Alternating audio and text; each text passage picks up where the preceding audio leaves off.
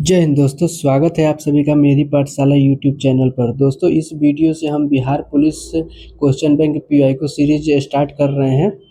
और अगर आप लोग इस चैनल पर नए हैं तो इस चैनल को सब्सक्राइब कर लीजिए, क्योंकि इस चैनल पर बिहार पुलिस क्वेश्चन बैंक का पीवाईक्यू सीरीज स्टार्ट हो गया है। तो चलिए इस वीडियो को शुरू करते हैं। पहला क्वेश्चन है, ये जितने भी क्वेश्चन है वो बिहार पुलिस 19,838 में पूछे गए क्वेश्चन है। ठीक है, तो चलिए वीडियो को शुरू करते हैं। हमारा पहला क्वेश्चन है, सूर्य किस प्रकार का खगोलीय पिंड है। ठीक है, आपके ऑप्शंस हैं ग्रह, तारा, क्षुद्र ग्रह या फिर धूमकेतु। तो इसका जो करेक्ट आंसर हो जाएगा, सूर्य एक तारा है। ठीक है, सूर्य एक तारा है। अब इससे रिलेटेड कुछ पॉइंट्स को देख लेते हैं।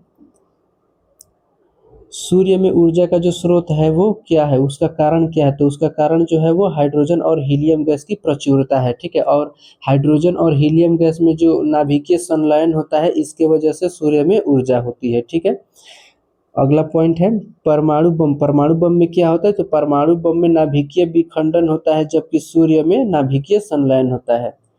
अगला पॉइंट देखते हैं, पृथ्वी के सबसे निकटतम तारा कौन सा है। तो पृथ्वी के सबसे निकटतम तारा है वो है सूर्य। और सूर्य से मतलब हमारा सोलर सिस्टम सौरमंडल के सबसे निकटतम तारा कौन सा है, तो प्रॉक्सिमा सेंचुरी है।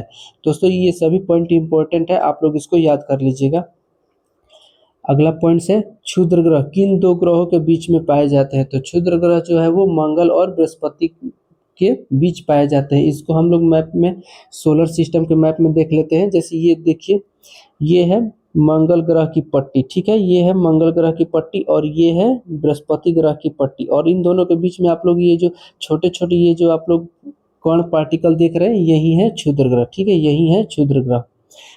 ये मार्स मंगल ग्रह है और ये जुपिटर बृहस्पति, इन दोनों के बीच में क्षुद्र ग्रह है। ठीक है, अगला क्वेश्चन देखते हैं।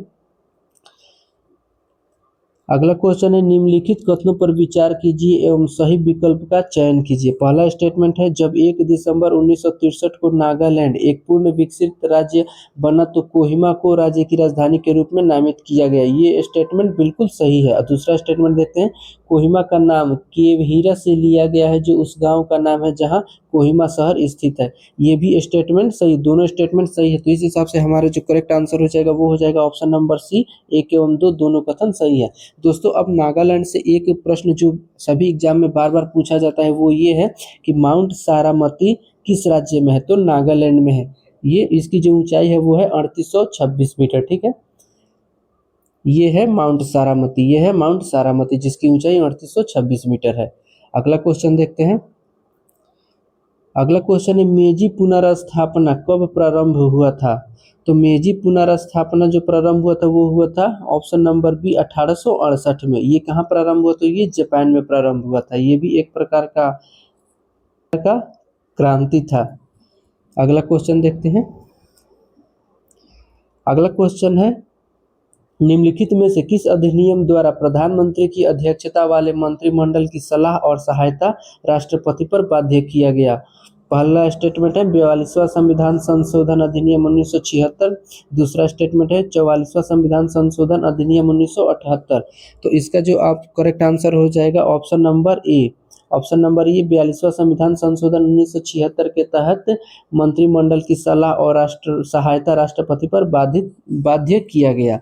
अब इसका जो इंपॉर्टेंट पॉइंट्स है वो देख लेते हैं। अच्छा दोस्तों, आप लोग ये वर्ष को भी याद रखिएगा, क्योंकि क्वेश्चन पूछ दिया जाता है कि 42वां संविधान संशोधन अधिनियम कब लाया गया था, कब पारित हुआ था। तो 1976 में। इस ऐसे भी क्वेश्चन पूछे जाते हैं। इस संशोधन को लघु संविधान भी कहा जाता है, क्योंकि इस 42वें संविधान संशोधन द्वारा संविधान में बहुत से बदलाव किए गए थे। इस कारण से इसे क्या कहा जाता है, लघु संविधान।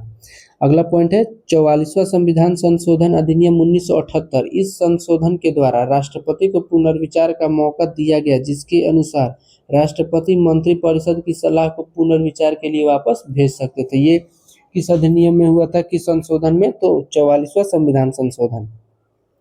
अगला क्वेश्चन देखते हैं।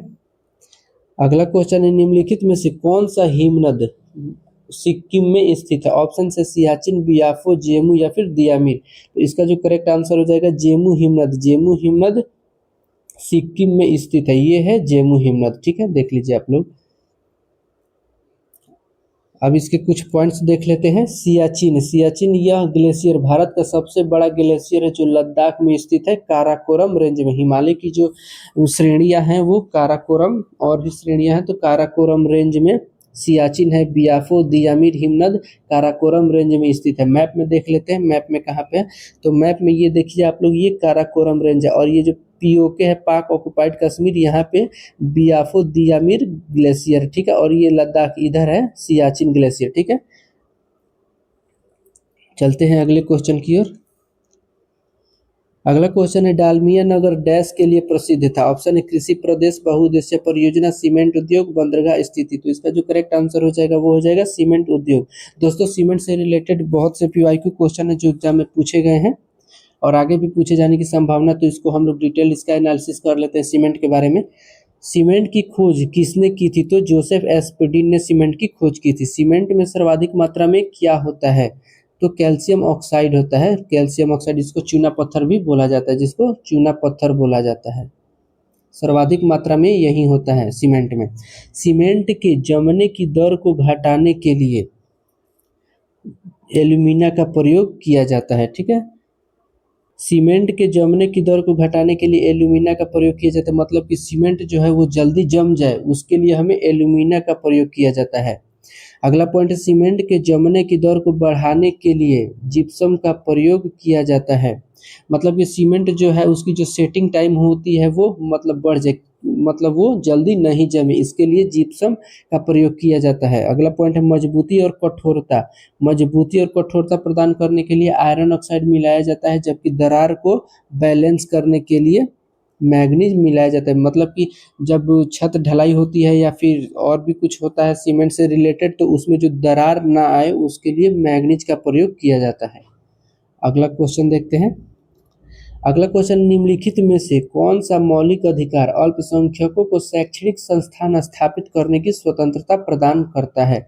ऑप्शन है अनुच्छेद 28, अनुच्छेद 29, अनुच्छेद 30, अनुच्छेद 31। तो इसका जो करेक्ट आंसर हो जाएगा वो हो जाएगा अनुच्छेद 30। अनुच्छेद 30 के तहत अल्पसंख्यकों को शैक्षणिक संस्थान स्थापित करने की स्वतंत्रता प्रदान की गई है। इससे रिलेटेड पॉइंट्स देख लेते हैं, बाकी ऑप्शन का पॉइंट। अनुच्छेद 28 धार्मिक शिक्षा में स्वतंत्रता दी गई है। अनुच्छेद 29 अल्पसंख्यकों के हितों का संरक्षण, मतलब कि अल्पसंख्यक का अगर कोई कोई अपनी लिपि है, अपना कोई संस्कृति है, अपना कोई भाषा है, तो उसको बचाए रखने का अधिकार अनुच्छेद 29 देता है। अनुच्छेद 30 अल्पसंख्यकों को शिक्षण संस्थान स्थापित करने का अधिकार देता है। अनुच्छेद 31 संपत्ति के अधिकार से संबंधित था, जिसे 44वें संविधान संशोधन 1978 द्वारा मौलिक अधिकारों की सूची से हटा दिया गया है।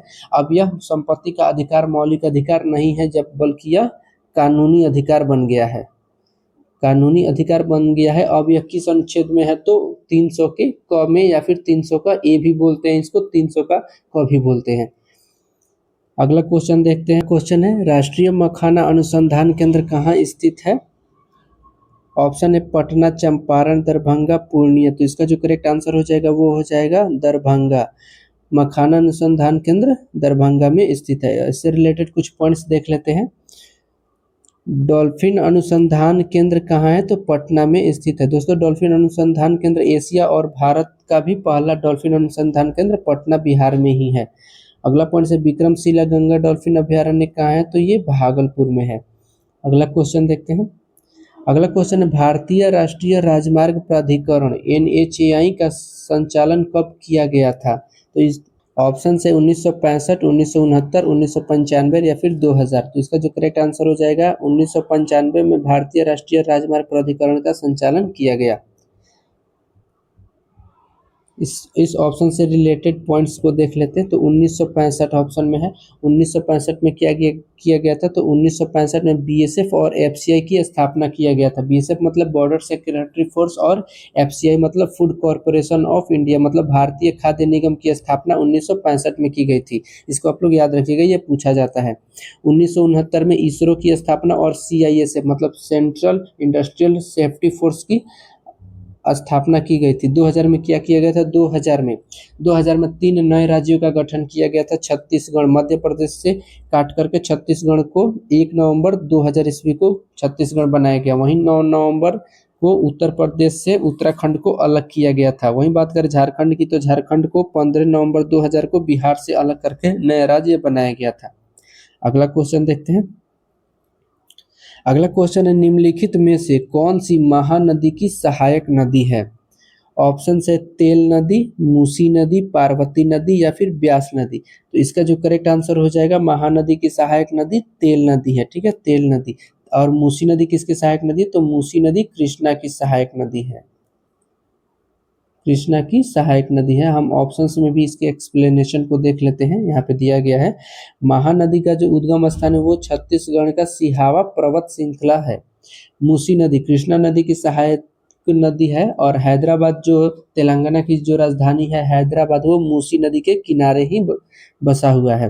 पार्वती नदी किसकी सहायक नदी है? ये चंबल नदी की सहायक नदी है। ब्यास नदी किसकी सहायक नदी है? तो ये सतलज की सहायक नदी है। दोस्तों, ये कुछ क्वेश्चन पूछा जाता है कि ये देखिए, ये है हीराकुंड डैम। हीराकुंड डैम ये किस नदी पर है?